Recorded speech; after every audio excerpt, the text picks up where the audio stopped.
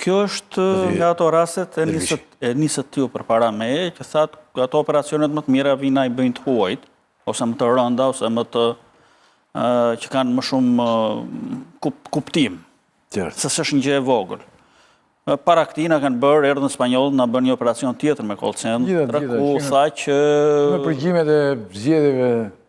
Po, dhe përgjimet do dalin të Gjermanët e me radhë. Pra, operacionet më të mira dhe më të sakta, ne urim gati të huajve dhe i bëjmë. Vetë nuk i bëjmë. Në këtë rast, ke një dekonspirim live, të pranuar, të konfirmuar, një ditë përpara i kanë hequr gjitha pajisjet dhe janë zhdukur nga vëndi, që i kanë lënë një punë shumë madhe tani jetimit për të deportuar. Ishtë dekonspirim dhe jo në një aksident, thuati? Po që aksidenti a i kanë hequr një ditë përpara?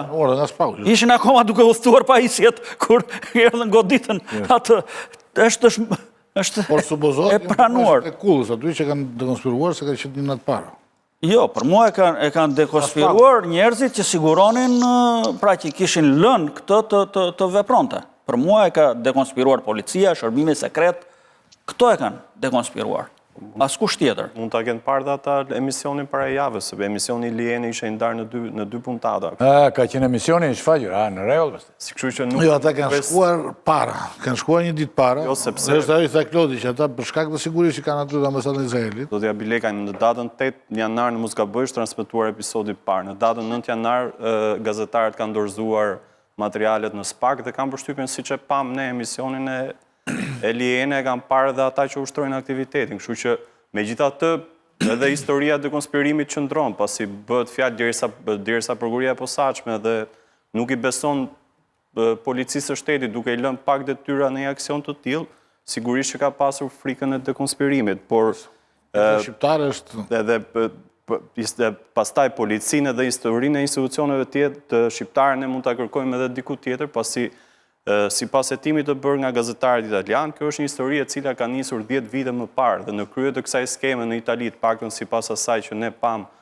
tek emisioni italian, qëndronte një ish polic, i cili ishte personi kryesor që furnizonte, po them, me punonjës italian apo me shtetas italian për këtë lloj biznesi, kështu që për 10 vite me radhë të funksionoj një call center në qendër të Tiranës, i cili më pas zhvendoset nga një kull në tjetrën, sigurisht që këtu i takon një përgjegjësi shumë e madhe, kryesisht policisë së shtetit, e cila është ajo që kontrollon territorin dhe në një farë mënyre ajo është bërë edhe garantore e kësaj historie dhe e këtij biznesi që qëndron prej kaq shumë kohësh në këmbë në Shqipëri, pasi gazetarët italian kjo çështje i çoi edhe në Maltë, edhe në Qipro, edhe në Rumani. Por baza kryesore e këtyre personave ishte në Shqipëri për shkak të këtyre lehtësirave që ne po diskutojmë. Ne po s'është 10 vjet në Shqipëri ajo. Është aktiviteti të lëvizur. Këto janë aktiviteti që lëvizin në 6 muaj. Lëvizin në Shqipëri aty apo dhe jashtë. Në Qipro ata kanë punuar në Qipro. Ata kanë pasur në Gjermani. Jo, po gazetari italiani... Ka bazën pjesë aktivitetit në Gjermani. Në Gjermani janë zbuluar më njëherë, dhe janë detyruar aty nga Gjermania. Gazetari italiani tregoi një foto ish policit që një foto të bërë para 10 viteve në Tiranë. Kanë qenë dhe këtu ata. Po pra, këtë po ka qenë një kompani tjetër, jo kjo kompani. Dakor, nuk po t'një. S'ka përmendin emrin e kompanisë se atë pastaj do të nxjerrë timi, por këto kanë qenë sigurisht para 10 vjetësh, ka vite që bën këto, tha këtu. Të bën gjithmonë me kuptim me drejtues të lartë policisë, sepse ata vetëm ata mund t'japin garanci. S'mund t'jap garanci një drejtues i thjesht policie për atë, se janë para shumë mëdha. Nëse e pat ju aty, u thoshe 1 milion euro bënte një operator aty në muaj. 1 milion euro, që zhdukesh. Si një operator? Një operator bënte 1 milion euro. Në muaj. Fitim. Duke zhvatë, po. Zhdukesh. Pra janë shumë para. Një përnimor s'ka që budodhe një, apo i din të mashtrojnë këta? Këta e gjejnë viktimat, i studiojnë viktimat dhe i gjejnë. Se janë njerëz të cilët janë vetëm, nuk kanë informacione duhur, nuk ndjekin lajme të tjera. E para ata funksionojnë me anë të një databaze, numrash telefonit, familjarëve në Itali, në Francë, në Spanjë, që i kanë aty.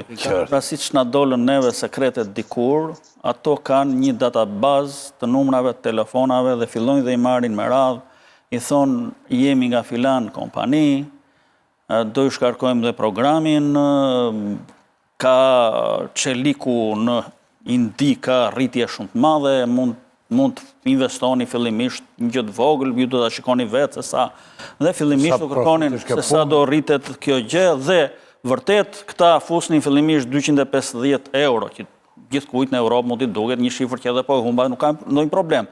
Problemi ishte se pasi ata shihnin që kjo shifër rritej, dhe kishin atë faqen... Kjo rritej vetëm letra, se se ja u jepnin. Jo, rritej vetëm shifra online. Atëherë fillonte... Studia dhe review... Atëherë fillonte loja e vërtet. Digital. Shifra online, po. Studia digitale. Atëherë fillonte loja e vërtet. Pasi ata e kuptonin që ky person mund, pra e ka kapur karemin. Dhe i thoshte që nëse ke, a mund të futësh 5.000 euro se filan kompani ka këtë rritje në Amerikë, e me radhë, dhe në fund fare, kur bëhe një shifër e madhe, klienti kërkonte ta tërhiqte, dhe aty bëhe goli më i madh. Goli më i madh bëhe në momentin, pikërisht në momentin e fundit. Njeri i shkrua në mjeku tim dhe i thotë se thua Yllit që është si filani që më ka fotur mua njerë. Sa të tilla kanë Shqipëri. Dim. Sa të tilla kanë Shqipëri. Po firmat pirë më dale këtë bazë mashtrimi kanë pas. Është mashtruar një kombitor. Dhe e fundit Yllin, nëse ndjek... Ja, se për i këtej që e kuptoj dhe po dhimbja e shimja. Pra, momentin që klienti kërkonte lekët, në momentin që klienti kërkonte lekët, ti marrë këto lekë, pra u bën 100.000 euro, tani unë i dua këto lekë, bëhe goditja e fundit dhe shumë e madhe, sepse i thoshin, po ti mund t'i marrësh lekët, por ne operojmë një vend të huaj dhe këtu do mbahet 20% e shumës që ti duhet na nisësh. Dhe ata nisnin dhe 25.000 euro për të marrë njerëshin e tyre.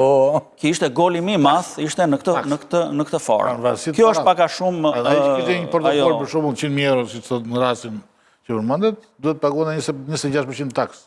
E thoshe paguaj taksën që të marrësh gjitha. Dhe pasi paguante edhe ato, ja rrëmbenin edhe ato taksën ai dhe i mbyllnin faqen dhe shnet. Kjo ishte çmenduria. Që është ambitor. Tani, e gjitha kjo është, loja nuk luhet në Shqipëri. Në Shqipëri është fundorja, merje përqindje. Shqipëri janë ata që përballojnë burgun. Jo, ata që përballojnë burgun. Loja është e madhe, është europiane.